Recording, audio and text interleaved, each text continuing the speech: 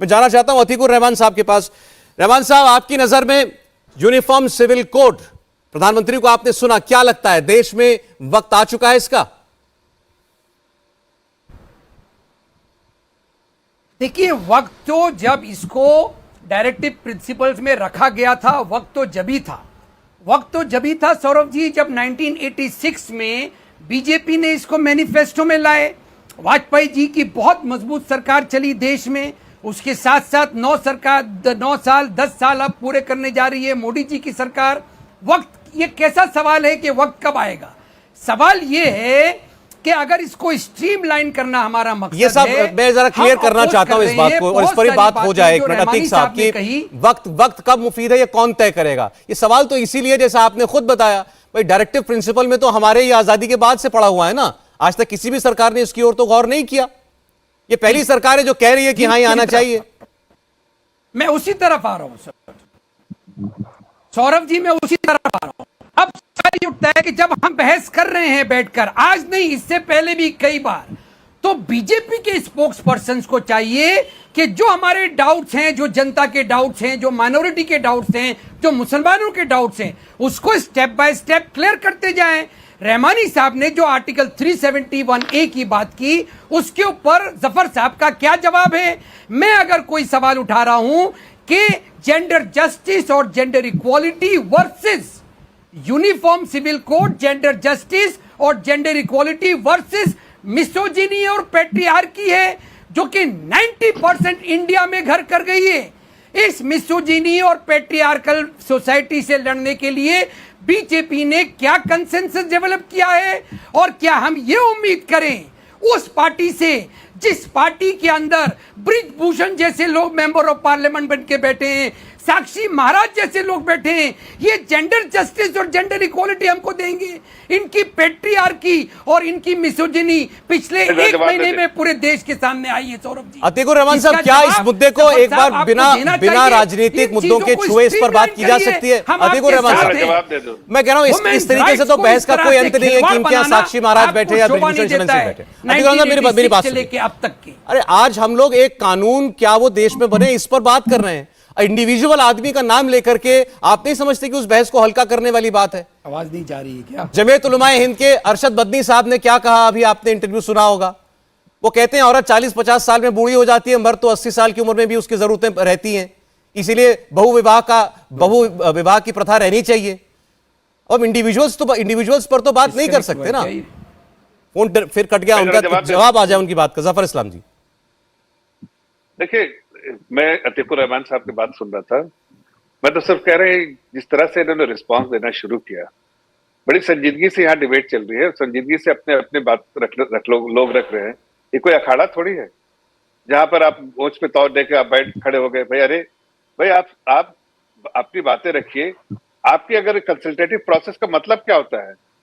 कि लड़ाई झगड़ा करना होता है क्या? या पहले से ही जो है आप इस तरह के स्टैंड लेने लगे और जहरीली बात करने लगे?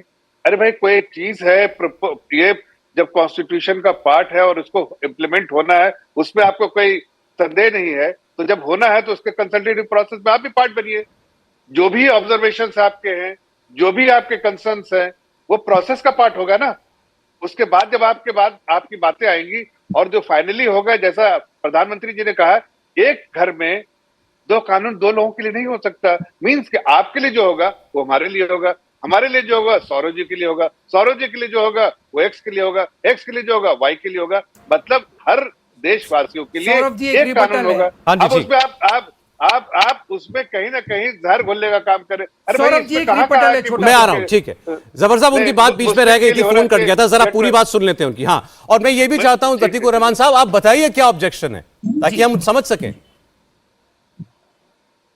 जी सौरभ जी, 371 का जो मामला रहमानी साहब ने उठाया है, बीजेपी के स्पोक्स पर्सन को ये चाहिए कि इस पे क्लैरिफिकेशन दें कि जो ट्राइबल राइट्स हैं, क्या वो आप चेंज करने जा रहे हैं?